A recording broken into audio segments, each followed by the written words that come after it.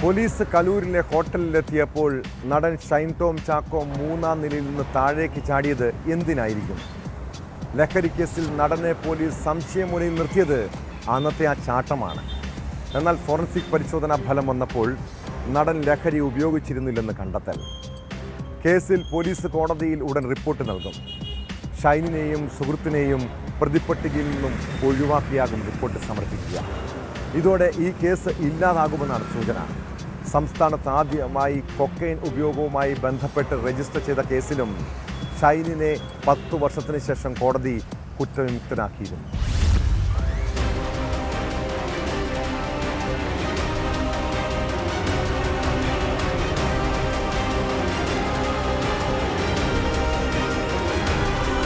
കലൂരിലെ ഹോട്ടലിന്റെ മൂന്നാം നിലയിൽ നിന്ന് ചാടിയതുൾപ്പെടെയുള്ള സംഭവങ്ങൾ അരങ്ങേറിയ ലഹരി കേസിൽ നടൻ ഷൈൻ ടോം ചാക്കോ ലഹരി ഉപയോഗിച്ചിരുന്നില്ലെന്നാണ് കണ്ടെത്തൽ. ഫോറൻസിക് പരിശോധനയിലാണ് ഇക്കാര്യം വ്യക്തമായത്. എറണാകുളം നോർത്ത് പോലീസ് സ്റ്റേഷനിലായിരുന്നു ഇതുമായി ബന്ധപ്പെട്ട് ഷൈൻ ടോമിനെതിരായ കേസ് രജിസ്റ്റർ ചെയ്തിരുന്നത്. ഇതോടെ ഈ കേസ് ഇല്ലാതാകും. കൊച്ചി അടക്കമുള്ള ഇടങ്ങളിൽ ലഹരി വിതരണം ചെയ്യുന്നതിന് നേതൃത്വം നൽകുന്നയാളെ പിന്തുടർന്നാണ് കലൂരിലെ ഒരു ഹോട്ടലിന്റെ പരിസരത്ത് ഡാൻസ് ഓഫ് സംഘം എത്തിയത്. തുടർന്നാണ് നടൻ ഷൈൻ ടോം ചാക്കോയും ഒരു സുഹൃത്തും ഇവിടെയുള്ളതായി ഡാൻസ് ഓഫ് സംഘത്തിന് മനസ്സിലാകുന്നത്. ഡാൻസ് ഓഫ് സംഘം ഷൈൻ ടോമിന്റെ മുറിയിലെത്തിയെങ്കിലും ഷൈൻ പിന്നിലെ ജനാല വഴി താഴേക്ക് ചാടി അവിടെ നിന്ന് രക്ഷപ്പെട്ടു. മുറി പരിശോധിച്ച ഡാൻസ് ഓഫ് സംഘത്തിന് പക്ഷേ ലഹരിയുമായി ബന്ധപ്പെട്ട തെളിവുകൾ കണ്ടെത്താനായില്ല. എന്നാൽ പരിശോധനയിൽ നിന്ന് രക്ഷപ്പെടാനായിരുന്നു ഷൈൻ ഓടിയതെന്നും അത് ലഹരി ഉപയോഗവുമായി ബന്ധപ്പെട്ടാണെന്നുമായിരുന്നു പോലീസ് നിലപാട്.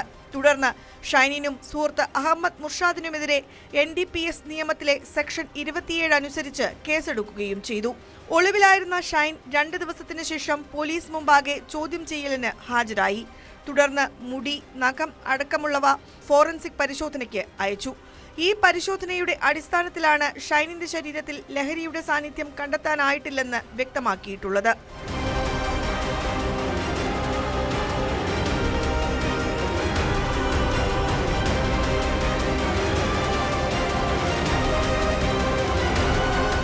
ഷൈൻ ലഹരി ഉപയോഗിച്ചിട്ടാണ് അസ്വാഭാവികമായി പെരുമാറിയതെന്ന പോലീസ് വാദം തള്ളിക്കളയുന്നതാണ് സ്റ്റേറ്റ് ഫോറൻസിക് ലബോറട്ടറിയുടെ റിപ്പോർട്ട്. വാതിലിൽ മുട്ടിയത് പോലീസാണെന്ന് തനിക്കറിയില്ലായിരുന്നുവെന്നും ഗുണ്ടകളാണെന്ന് കരുതിയാണ് ഓടിയതെന്നുമായിരുന്നു ഷൈനിന്റെ അന്നത്തെ പ്രതികരണം. നേരത്തെ ആലപ്പുഴയിൽ ഹൈബ്രിഡ് കഞ്ചാവുമായി തസ്ലീമ എന്ന സ്ത്രീയെ പിടികൂടിയ സംഭവത്തിലും ഷൈനിൽ നിന്ന് എക്സൈസ് മൊഴിയെടുത്തിരുന്നു. എന്നാൽ ഷൈനിന് ഇതിൽ പങ്കില്ലെന്ന് കണ്ടെത്തുകയായിരുന്നു.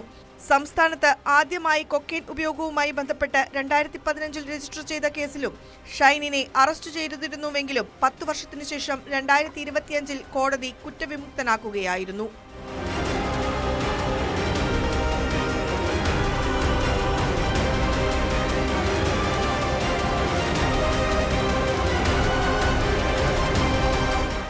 ന്യൂസ് 18 കൊച്ചി.